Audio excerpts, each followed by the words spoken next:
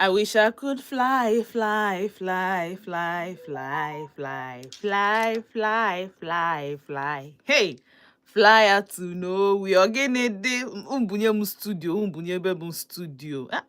Kedo nu bifa. But unfortunately, we are stuck here.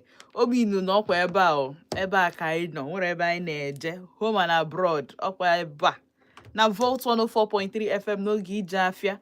Tata bụ Saturday. If you go na 9 na-akụga wuchigom na si unu no. Keke ụbọchị si aga. Keke ụbọchị si wee dị. Anyị nọ na the second week of the new month. Eyi. I know it's kind of the second week of the new month and the last month of the year. Keke si akwadobe gokwa pressure adịgokwa high. Hey, I don't want to send you a message since in fact also na no na-enwebu sleeping paralysis. Mana ọkwụsị. Na ọkwụsị kwa a very long time. Mana for the past 3 days now, no dey alarunzi ụra na the sleeping paralysis anache. This happened my brother. All Christmas fever. Christmas pressure being against so we understand. Don't okay, we need to meet up here and there. Probably when no plans he said chagolo no. In a high nanya like this, on one ha bia na njedebe. And anya bi ife anya ba anya. Ike ka akwa go beans, ike ka akwa be beans and odi esi. Yata go here bu na isacha beans like this. Anoro ana anu isi the beans. Mana akwa be ya akwa. Mana nke a bụ na beans akwa be. Amachabe. Fosikwe ekwe akwa. But it's all right. I ga na-agbasi mbọ ike maka na ọ ka fọrọ oge n'oge. Ịmago few days ka ụbọchị bịa na njedebe n'ọnwa Disemba. So na si unu jisi ike n'ihe ọbụla ị na-eme.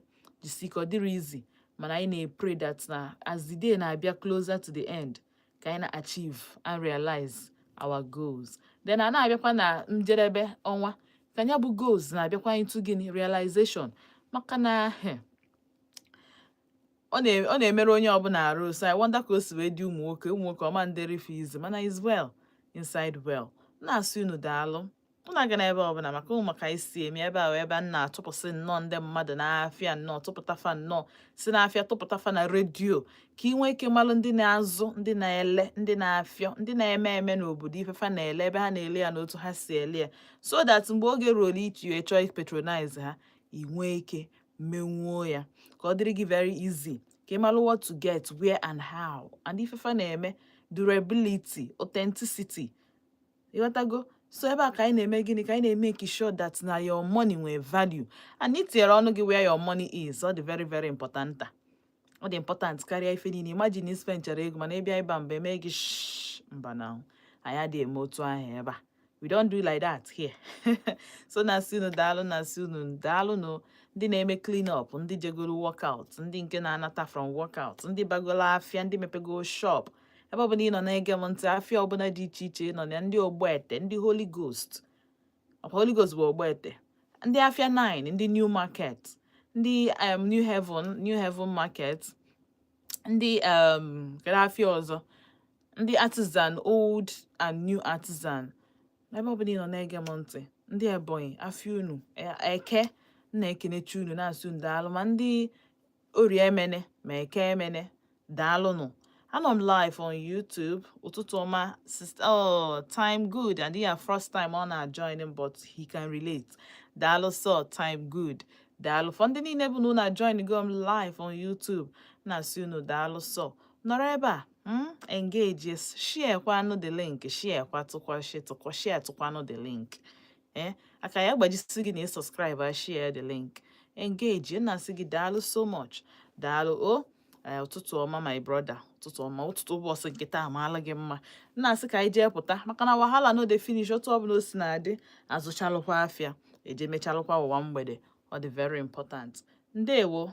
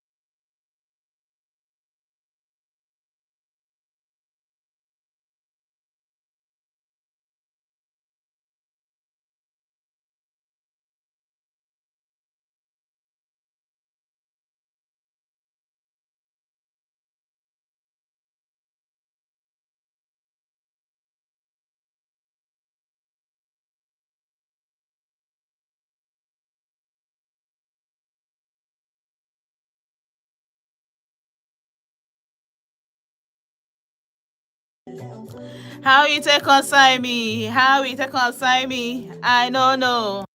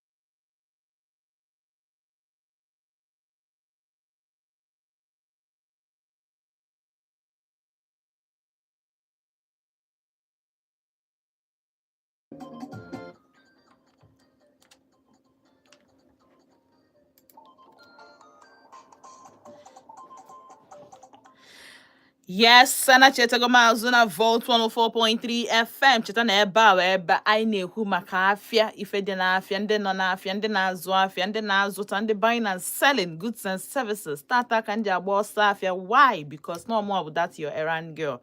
Na-eme sure na akwụkwọ pụrụ nnọọ stepụta ụkwụ m n'ilo. True ego, true one or two things can we can one and when my own daily 2K. Or the very, very important. My own daily 2K the mezutemba. I'm going to give 2K and now solve or me yeah water. So now the very important, no matter the amount of money jinaka, appreciate it. My one they receive more than appreciate the both of them.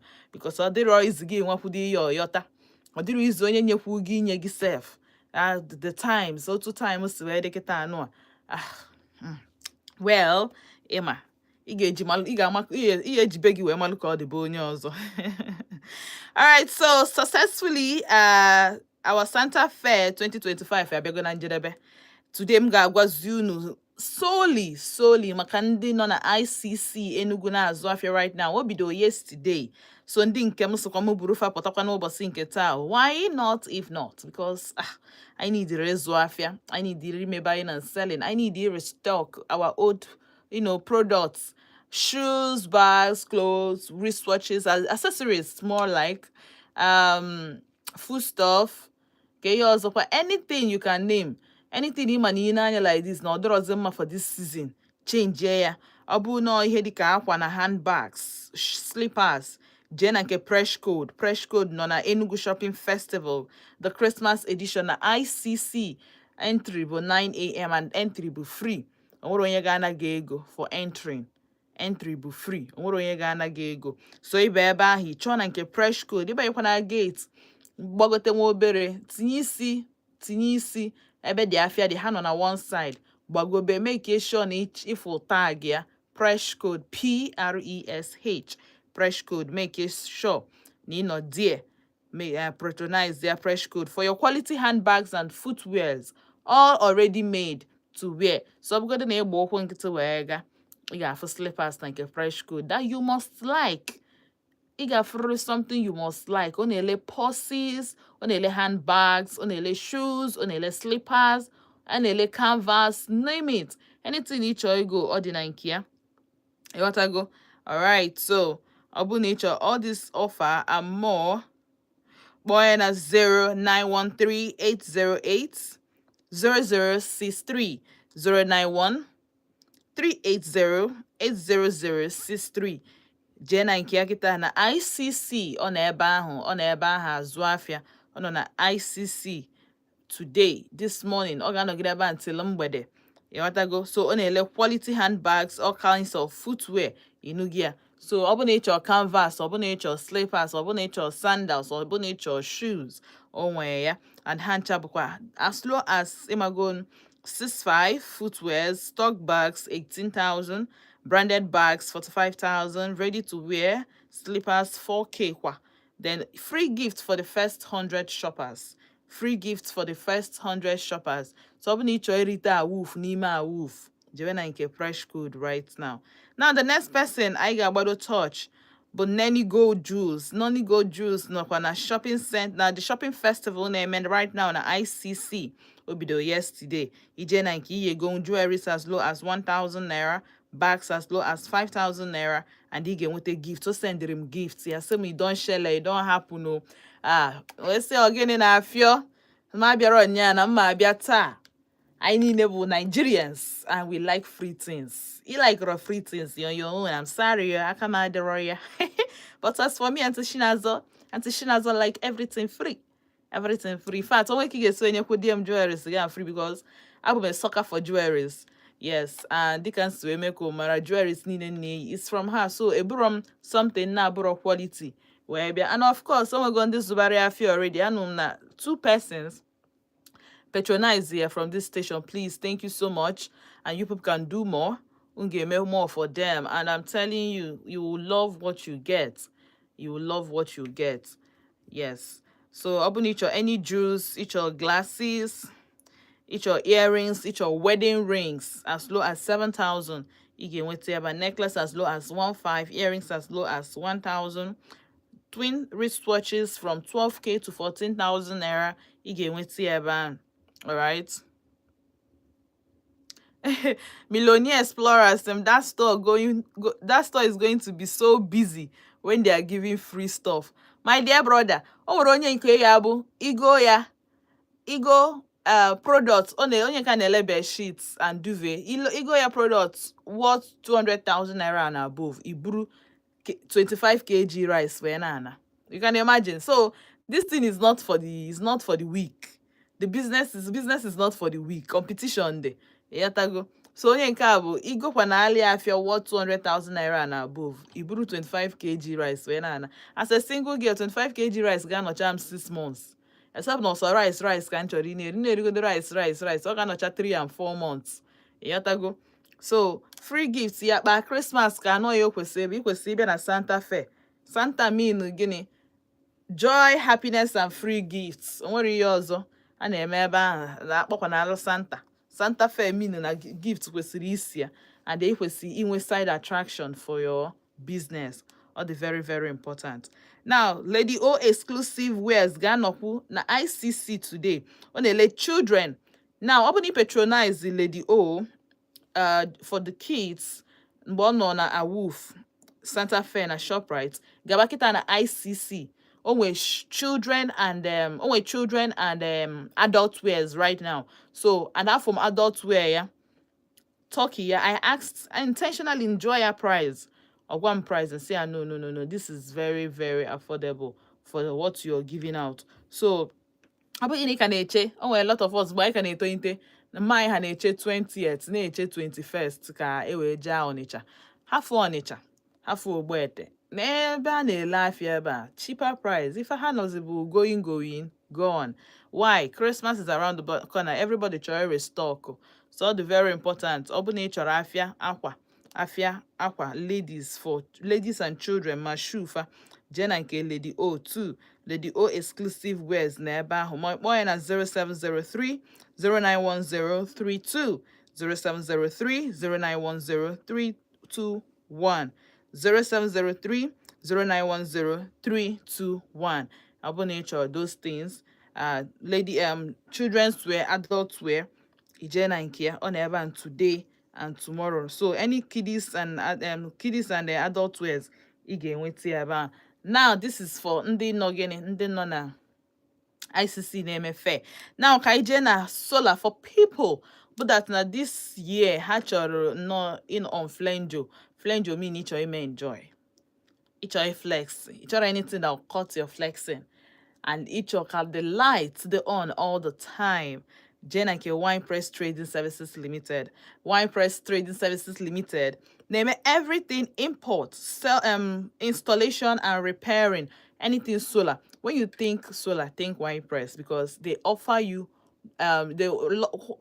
quality services when it comes to anything solar. Quality include their products from inverters, charge controllers, panels of all sizes, batteries, solar CCTV cameras, solar fans, solar floodlights, and solar street lights. So each of all these things and more, and out there are different sizes,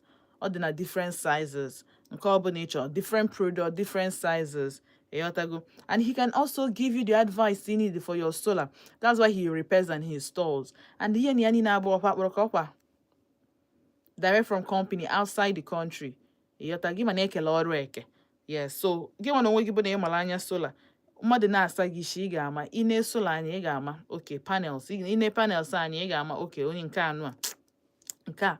Alright, the chargers, the batteries, all these inverters, ị ga-ama that no okay onye nke a dị deceive gị. Ncheta na here we bring quality and nothing but quality. So ọ bụ na heat na-eme gị right now, make sure that na ije install also not the very cheap. Enwekwu generator.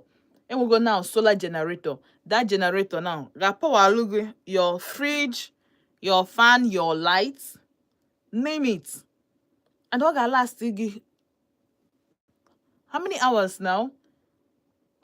Like it will stay up to 20 hours, their generator, if you sun charge it very well.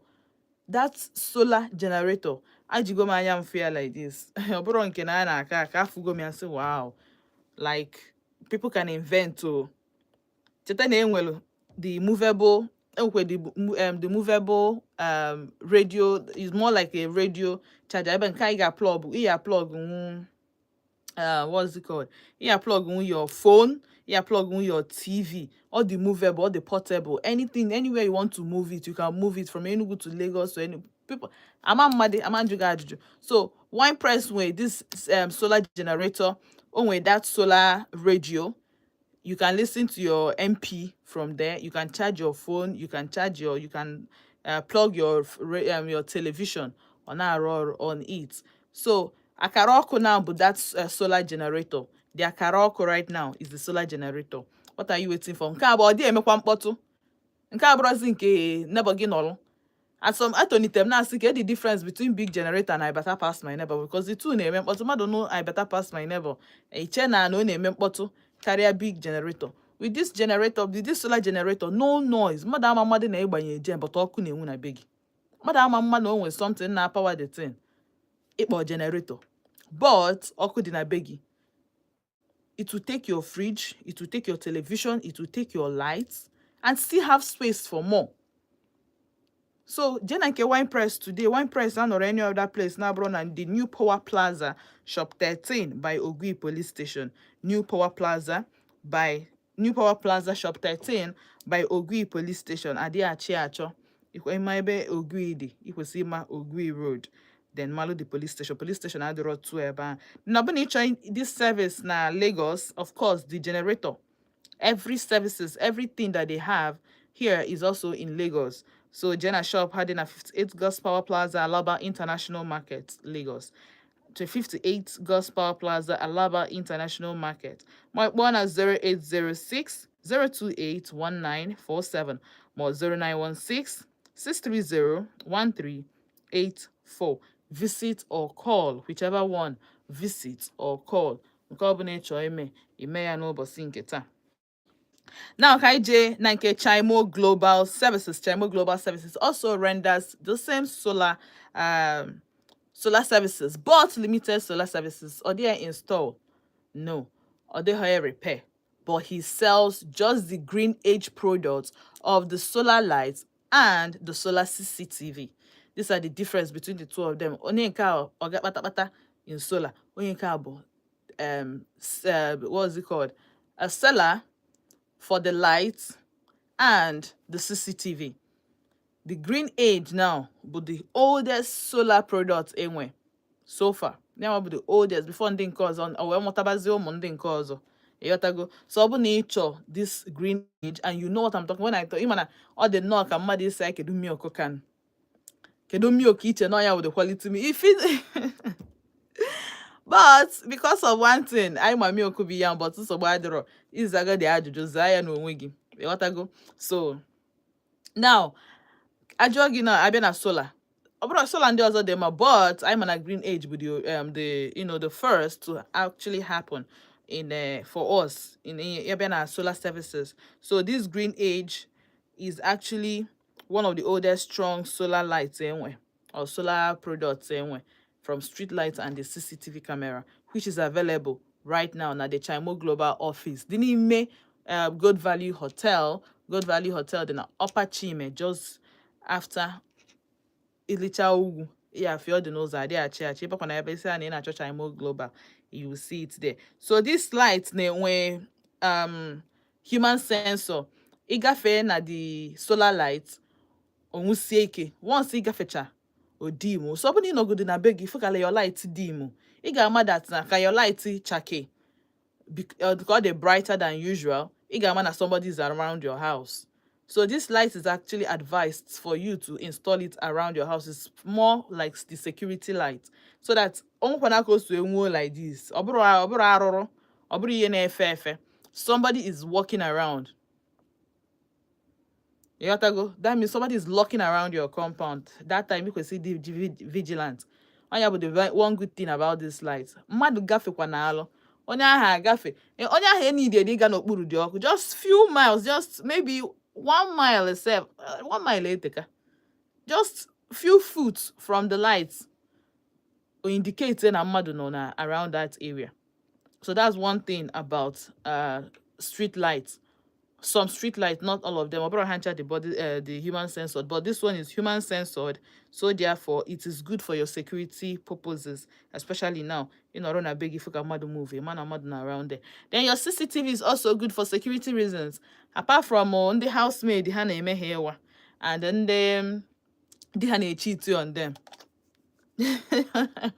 Monday try monitor one or two things. Maybe no one is wishing a biggie. Also, the bandits insecurity in Nigeria now, the too much. So it's very good actually. You go your CCTV right now. Is either new with from Wine Press or new with from Chimo Global. Or the very, very simple. Now, open the channel with the Chimo Global. Now, phone, boy, na 0803 751 2925. 0803-751-2925. And also no not in town. So therefore, obugodi na ekpo you nwetere send area a text message, I send area a WhatsApp message. Ebe ono service nweke o si eme. Ịghọtago the service ọka fachasị.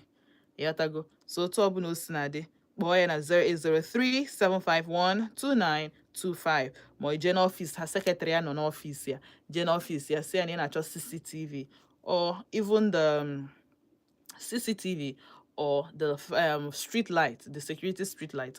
Have a fan too, so you can patronize them, or they as simple as that. All right, so maybe what's obere break ebe na cheta azu ngwakwa unu ndị njikwa maka ha webe maka ndị bụ na okita ka ha na join them ndị bụ na ha ebidoro n'isi when we started. Don't worry, idibe ya a lost to be yotago na cheta azụ. And also today was Saturday. Ịmaga n'ụbọchị eji anụ nwaanyị aja akpọfụta nwaanyị be nne ya. Ụfọdụ bụ ndị ji eje kpọta nwaanyị taa. Ụfọdụ bụ ndị kpọtagolo akpọta ya eme white wedding. Ụfọdụ bụ ndị na-eme traditional wedding n'ụbọchị. Ụfọdụ bụ ndị ka ya eme engage. So for some of you na-ege m ntị, who knows, it might be your engagement day. Ọ bụkwa nnọọ gị nwa bụ ife na-eme wedding. Na-asị unu congratulations. Saturday I did pass by without congratulating you people. There is it take that extra step, or there is it take that additional mile, or there is at all. So na sunu dal, na sunu deje, na sunu jisini ike, na sunu iya ibanye go kwa. Make question you jo beginning where banya chokwa makoko after a while. Yotago. Yeah, I happy marriage. That's not a happy wife, happy marriage. So I mean now most of the times no why na ejiji dem. Hawanye gị nke mebiri emebi irie, hawanyekwanụ gị nke dị mma ilie, mana Chineke na ga-emela anyị ebere ka anyị nwee onye bụ nọ nke dị mma ka a na-awanye anyị steady. Aga na ebe ọ bụla afọ mba ntị Chinazụ ịnọ na Volt 104.3 FM. Ebe ahụ ebe anyị na-ekwu maka business, buying and selling, our business program bifa. So anything gbasara your business, anything gbasara your products, anything gbasara your services, ọ nọ here. Yadago, obu no a hit aka anyị dị ya. And the matter if obu na-eme bụ nwayọ nwayọ, it can never happen in one day. But consistency is the key. Keep showing up, and I promise you, one day your result go show. You go clear, you no go blur again. Oga adịzi blur. Ife niile ga-clear. Yadago, iribe elele, maybe enjoy. Aka na ebe ọbụla nna na chetara, weda chetara azụ take a few messages in when na YouTube anyị yatago. And the next song ga-abịara gị bụ nwa dị mma. Hey! Ken Eric's touch in my heart. Ọ bụ na nwaanyị na-propose to nwoke. For this song. Hapụ okwu. Anyị enwetago our second flavor. All Ken Eric's. Yatago. So aka na ebe ọbụla nna na cheta azụ. Ndewo.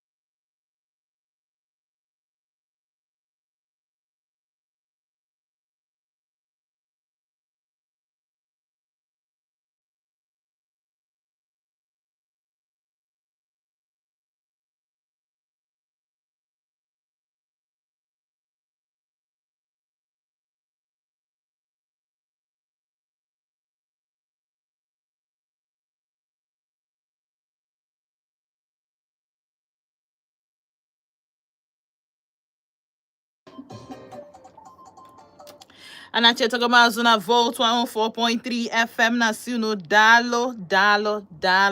Yes so, yes.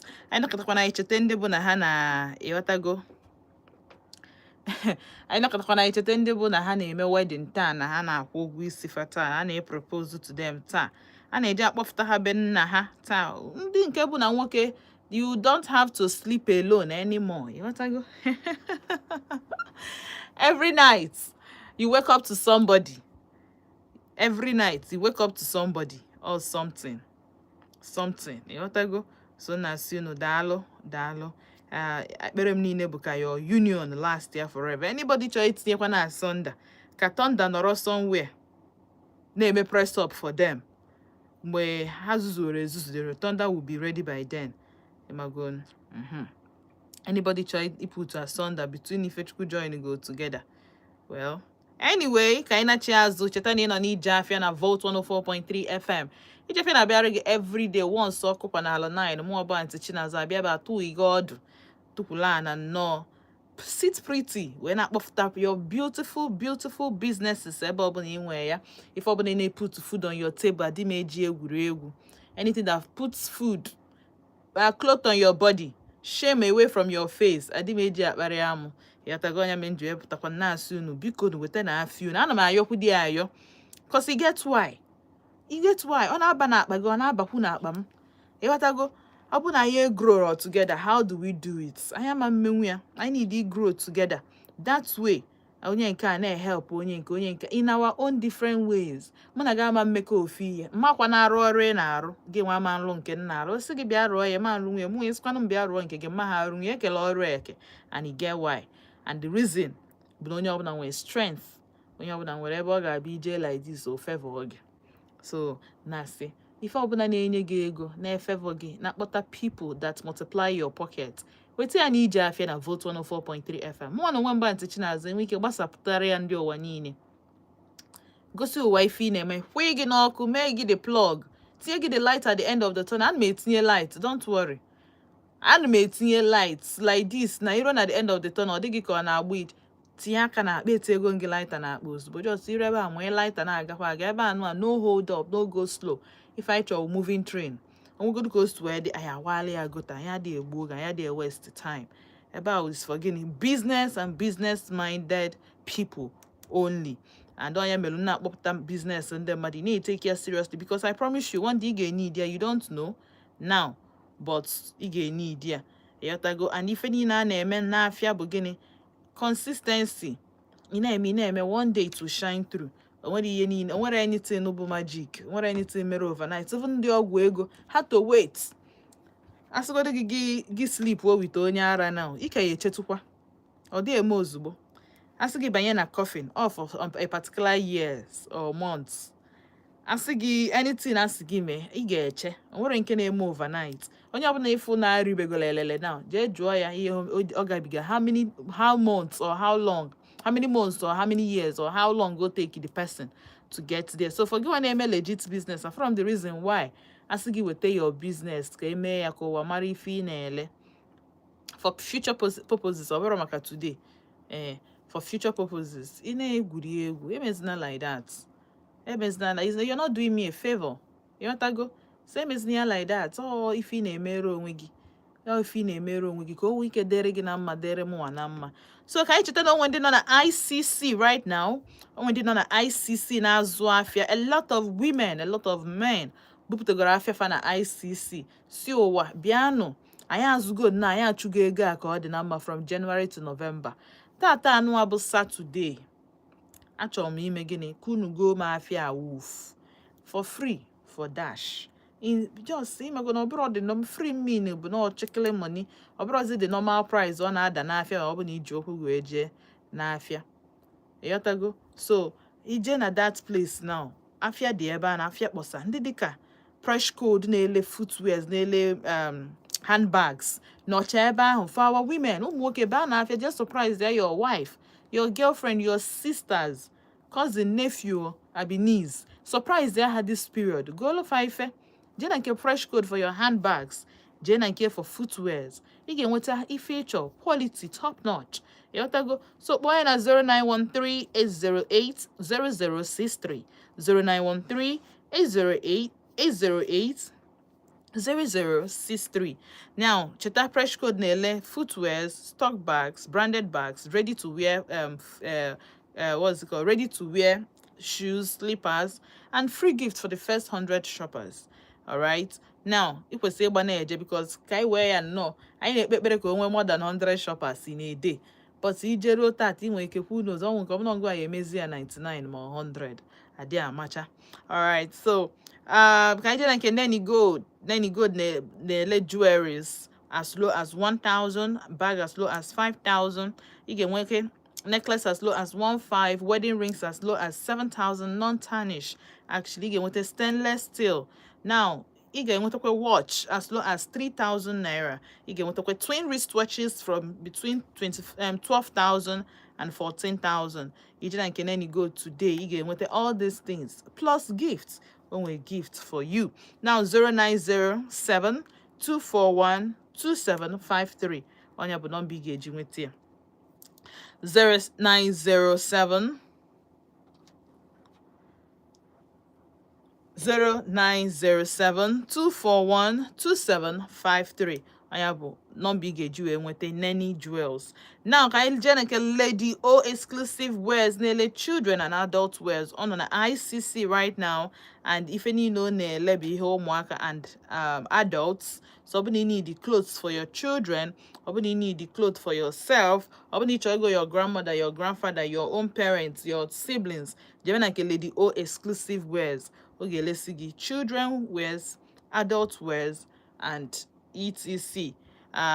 Number ga-eji enweta 0703-0910-321 0703-0910-321. ije ebe anyị nweta Lady O exclusive right now. Ka anyị gbada na nke wine press ebe solar bụ the in thing, the real solar world.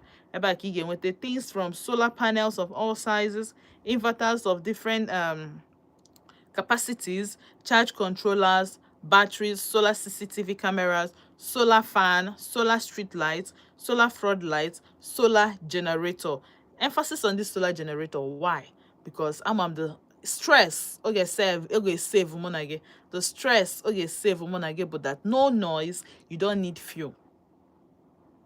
Imagine saving yourself fuel and noise. Now I wonder how you people cope.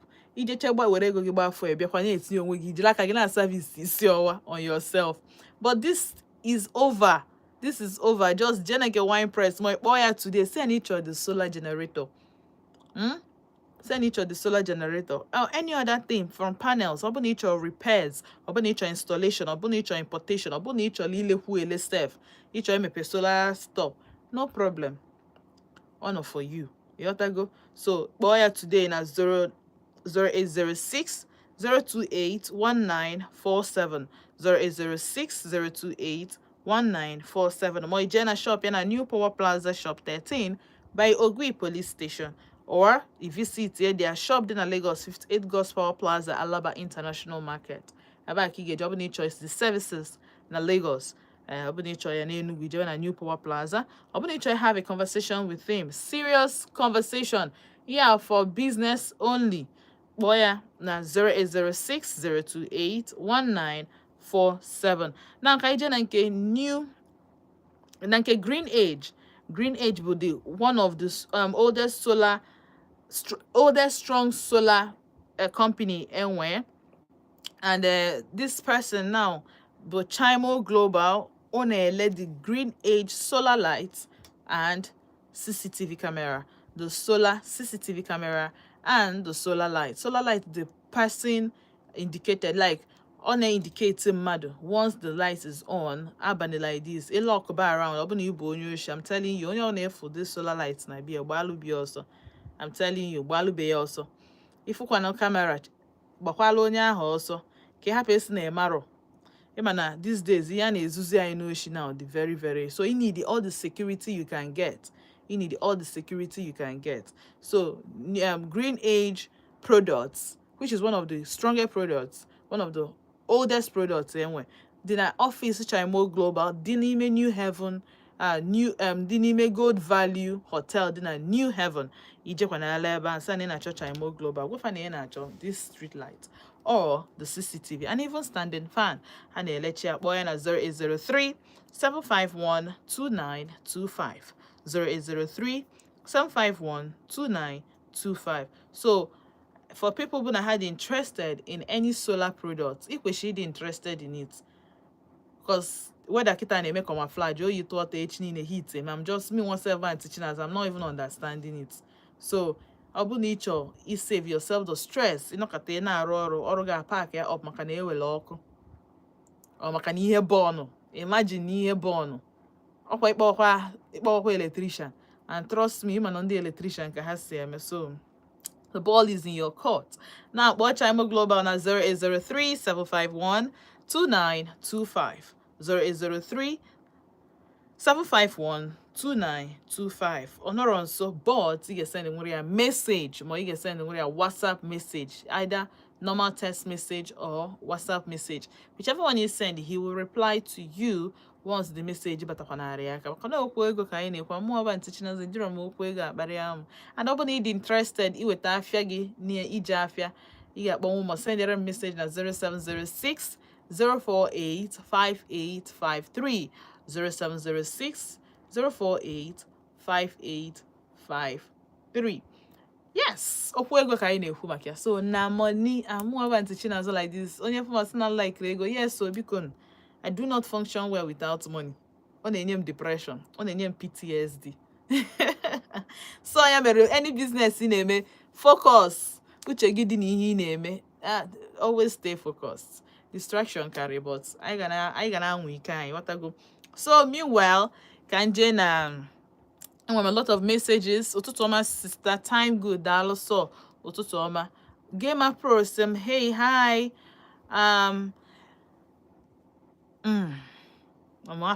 I don't even want to attempt. Millionaire Explorer, some good morning. How are you? Millionaire Explorer. So funny enough, on our what's your name, but probably Oman Demia Nibo. So Osaz morning, some hi. Mr. B Mario, some hi. Millionaire Explorer, some that store is going to be busy when they are giving free stuff, of course. I'm not makagi, but I'm not more like this. Anything free, you go see me there.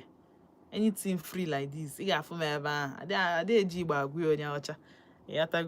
Alright, so yes, go solar. The government can't turn off the sun. Yes, go solar.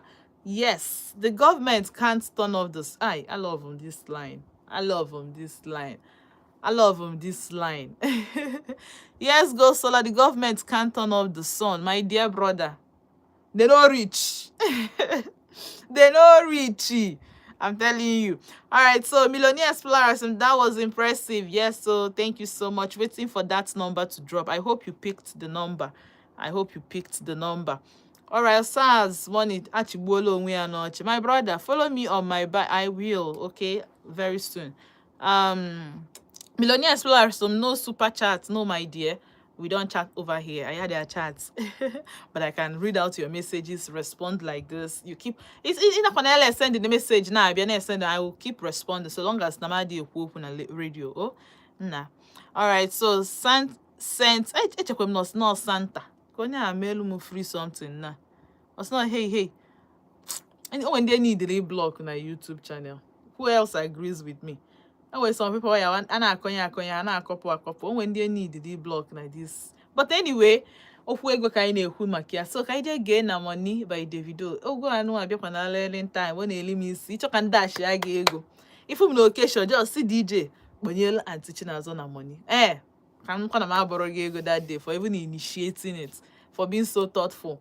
All right, Dalo na gonna bob na chetas. Na chetakwa zumbukuta kwande choka mbukuta ha. Yes, because I na agbado nde mmadụ touch lights. I make sure na fan on a map. I make sure na nde mmadụ mama kafa. I make sure that na you are known. You're known. Ibu a household name. The most important thing is a household name. People run a household name between first and the third options when they want to buy the products in LA. Ige Sonia. I can bob na chetas ndewo. Hey, I want to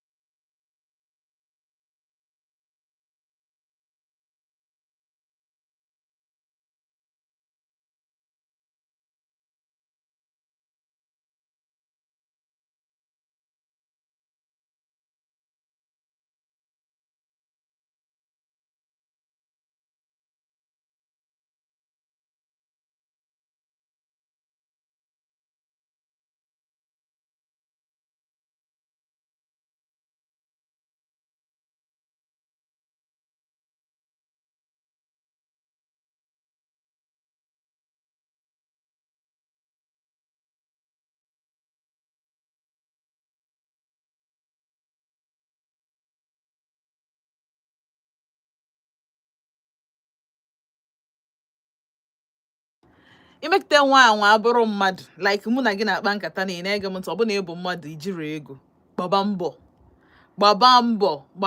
atọl gbaba mbọ start from somewhere. I'm telling you mmadụ ga-ediscover gị na person be person destiny helper. A na-akpọ ya destiny helper abụrụ na just no for the sake of it. A na-akpọ ya because no ya change your direction of life. Onwe ka ọ bụ na ka ihe nwere ike ị na-eme now ka iwe na iwe welder ijiri obi gị niile na-arụ ọrụ welding. One day get welder moto ma taya or gates onye dị very rich of obi niile iji arụ ọ ya sị na this person by the time ịma na another thing by approach. Ụmụ onye mụ na ya na-akpa nkata mbọ si achọ m ịmago ka ime business. First of all ekene m the person good morning onye ya respondro wee si okenye ya biko na onye nye m nọmbịa or sim who is that like oh my god ka say ogwagodo mmadụ okwu onye ama onye a dị outrightly disrespectful because one mụ na ga meet nube the least you can do bụ ime gịnị greet the person back. Good morning, how is your day going? It does not take anything. Pretend. Nobody can. I like people who don't pretend. But oh my god, and see okay because that's not around up from work. Na ruo n'ụlọ ka m kpọọ gị nenu mụnwa mụ ikpọ mmadụ na afịa sizoziri onye na mma akpịa anti wee sị m don't call me. You can send a message about whatever you want to tell me. No, monsugodi okay nne m nsogbu adịrọ don't worry, I don't want to have this conversation anymore. The communication ends here. So imagine now your destiny helper bịa jụọ gị ajụjụ. Of course abụrụ m destiny helper ya no ọ ya mere ya. Because some people you man mother abuna ịmaghị ị ga na-efe na everybody the small ịghọtago amara position onye ahụ nọ ya but whatever it is anyway. So imagine na your destiny helper bịa say good morning necha ya anya because need frustrated with ọrụ na arụ say kedu iyo ewo nna m sorry o ebe nke dabagoduru ya. Ọ bụ na onye ahụ onye na-take chances on people we could decide okay maybe no way very bad day. I'm happy and mbọsị ọzọ abịakwutekwe gị the same attitude. If rather you've missed it imiss gị bụ na imiss gị no it is what it is. So what ihe ọzọ a ga-emenwe ya but anyway it's fine. So anything ị na-eme n'ụwa iji ha ego na-agbasi mbọ ike a matter of time otu aka ọ dị njọ ọ ga-adị mma but anyway ka anyị na-achị azụtụ ndị nji maka ha wee bịa n'ụbọchị nkịta ọ bụ na just na-etunu in ịbịa tụgokwa obere late but ịbịa pe late anyway ịnọ na Volt 104.3 FM afọ mba ntị Chinazọ nkịta bụ oge ije afịa bụ ebe anyị na-eme buying and selling. Anyị na-eweta businesses ndị mmadụ ka ndị nọ n'ụlọ ndị nọ na shop ndị bụ na ha need ya nwee ike ịnụ about your services. Of course ọ bụrụ sọ hype ka anyị na-emekwa ma advert na bụ jingle rather ka bụ nke ọ ga-awụ itinye like this every day ọ na-akpọ ka record every day ọ na-remind ndị mmadụ enwekwara onye dịka ntị every you keep putting it see na-etinye your business n'iru ndị mmadụ ha ga-adị so frustrated that ha nwere any option but I patronize go this girl and this service here off like the services dey mma they will come back for more. Just keep a lot of people believe in whatever you're doing until you render the services to them or ha know about the services you render to another person. Ha know about it. Ha ga say I know go maka onye but I didn't really trust it. So if this na try go ya and all them let me try it too. So you obu na ị na-eme were obi gị niile na-eme ya. I'm telling you chukwu na feel just a matter of time.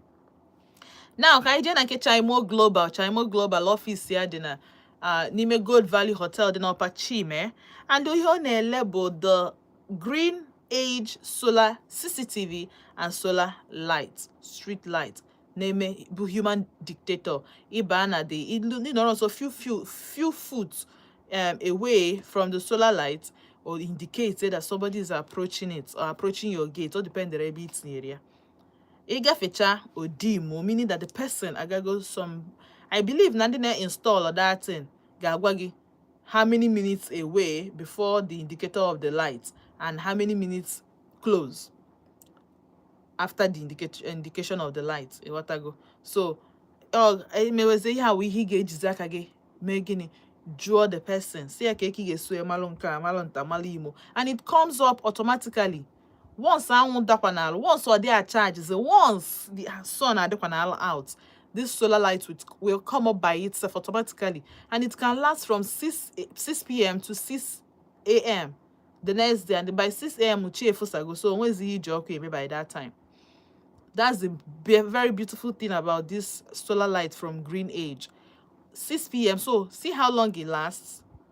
See ko she indicating madu, and it goes again a true fab security light. Go. Oh, the CCTV camera.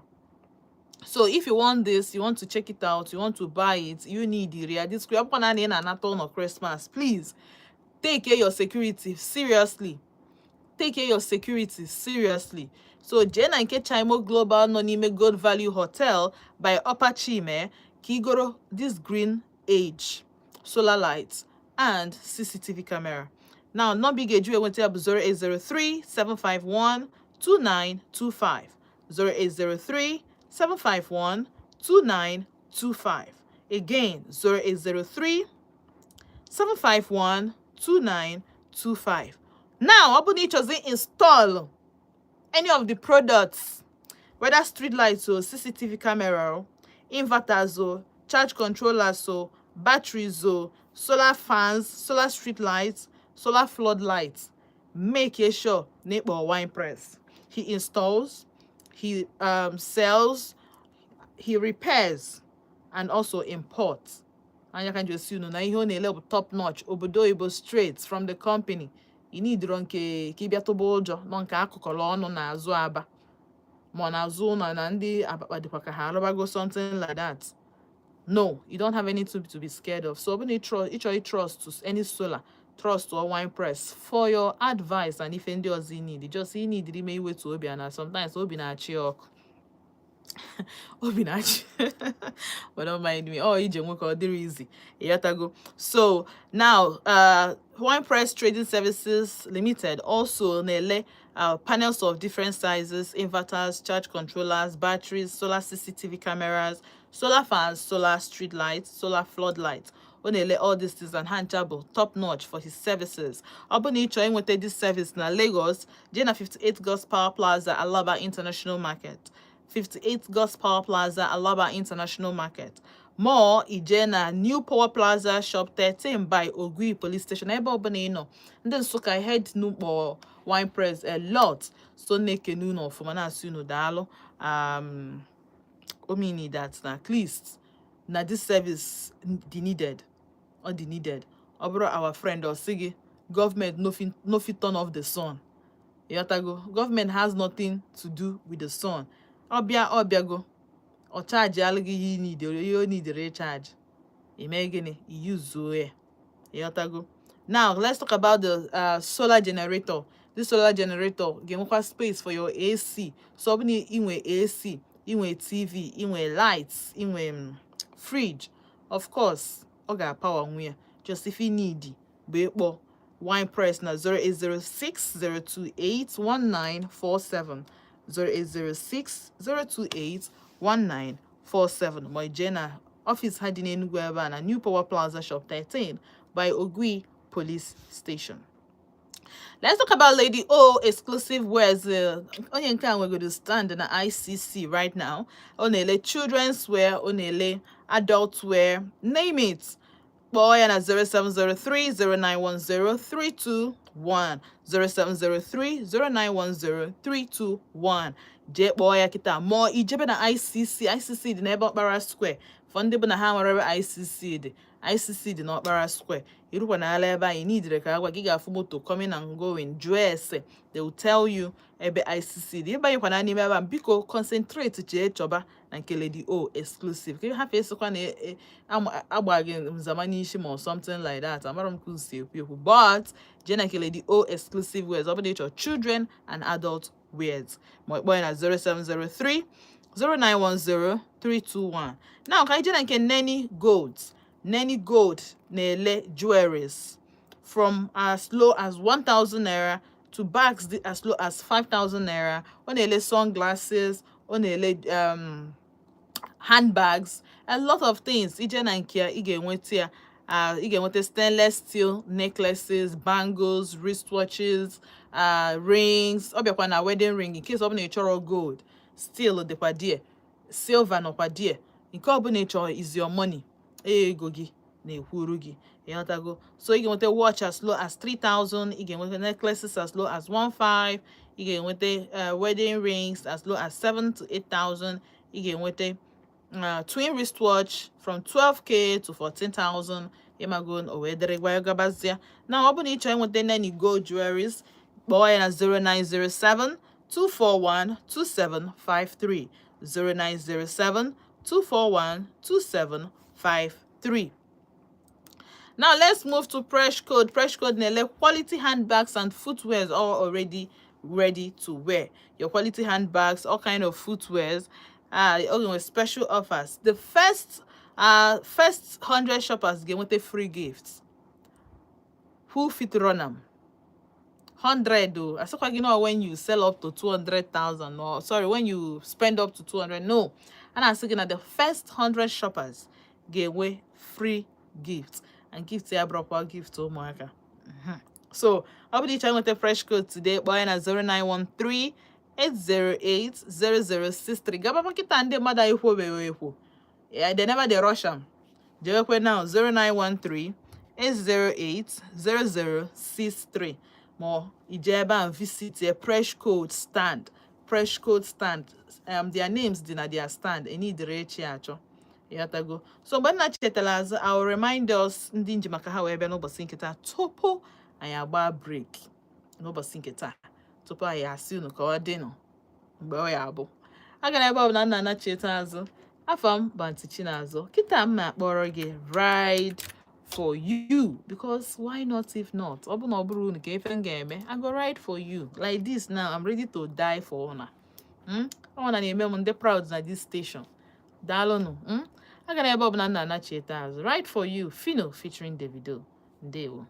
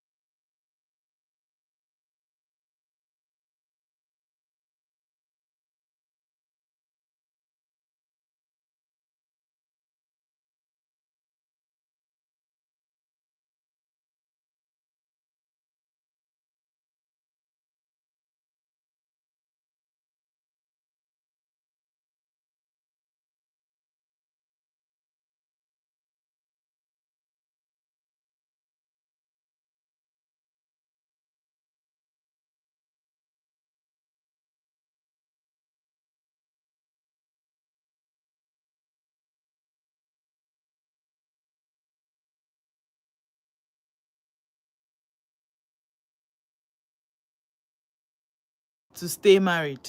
Yotago. So na sunu dalo, dalo, dalo. All right, stand us na the last wrap of the show. Eba koga will meet you now. Sizunu bye bye. Nature Zunu because right now actually got ICC kai me one or two things kai maluko si aga yotago ICC enia mo ba ntichi nazo efeziaka because Christmas na fa abia I know na Christmas period and hey please try as much as possible to spoil yourself, pamper yourself, all the very important. You don't to try. I try go. Then at the end of the day, after Saturday, make sure nije gini. Oh, one bede. Chalo panu gini. Chalo bere maya. But drink wisely. You want to go? So right now, I get fresh code nele quality handbags, all kinds of footwear already made. Now special offers, bo. Ego Panalu footwears deal as low as 6.5. Ego stock bag there as low as 18,000. Branded bag as low as 45,000. Ready to wear footwears as low as 4,000 naira. Then with a free gift just for the first 100 shoppers. Now I will need to join a fresh code. Jenna's I will need to join a fresh code. Jenna and Kena ICC. I will need to wear why coming maybe need furus or something. Boy at 0913 808 80063. Kaiden and Kenani Gold. Nenny Gold Nele. Twin wristwatches as low as 12 to 14,000. I get one necklaces as low as 1.5, earrings as low as 1,000, wedding rings as low as 7 to 8,000 naira. Again, I have watches as low as 3,000 naira. Then each of stainless steel. Infinity. You can maintain again Nenny Gold drills. Now, boy and at 090 0907 241 2753. 0907 241 2753. Yes, Moijena stand there. Nenny Gold jewels. Yeah, feel zohezo. Lady O exclusive no pana ICC. On no pana ICC. On the kiddies wear and adult wears. On the kiddies wears and kiddies shoes. So when you try go anything for your children, make sure and email again in like a Lady O exclusive today or tomorrow. Boy and at 0703 0910 321 0703 0910 321. Opening nacho ebi ego iye ụmụaka gị jewe na nke Lady O exclusive. Ka ije na nke Wine Press Trading Services Limited.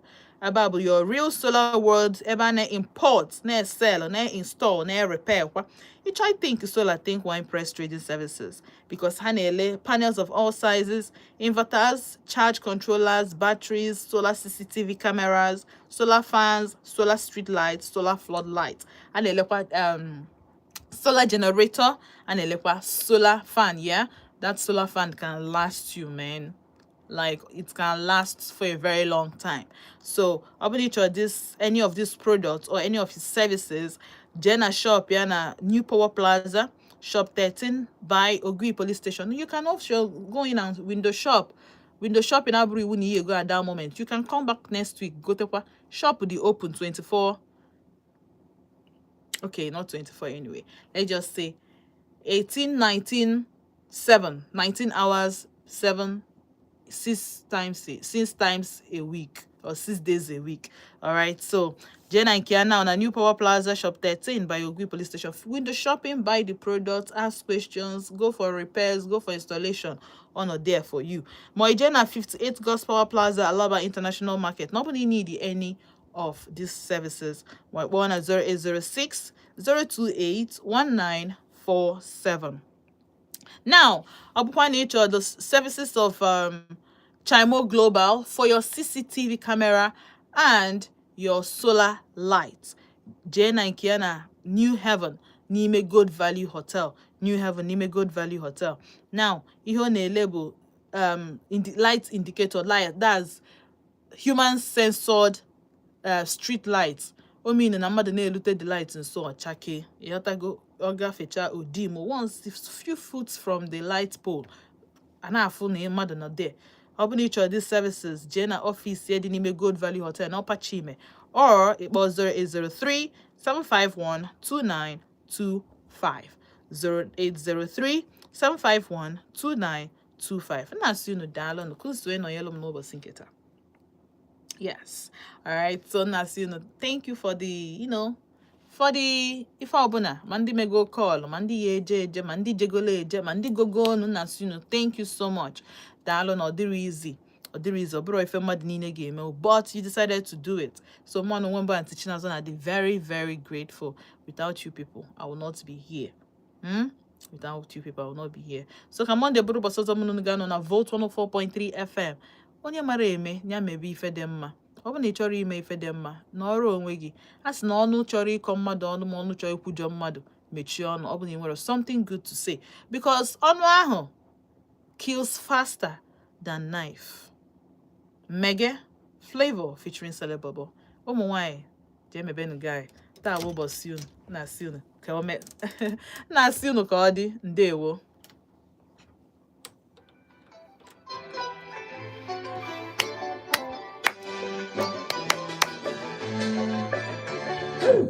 Original, Mr. Flavor.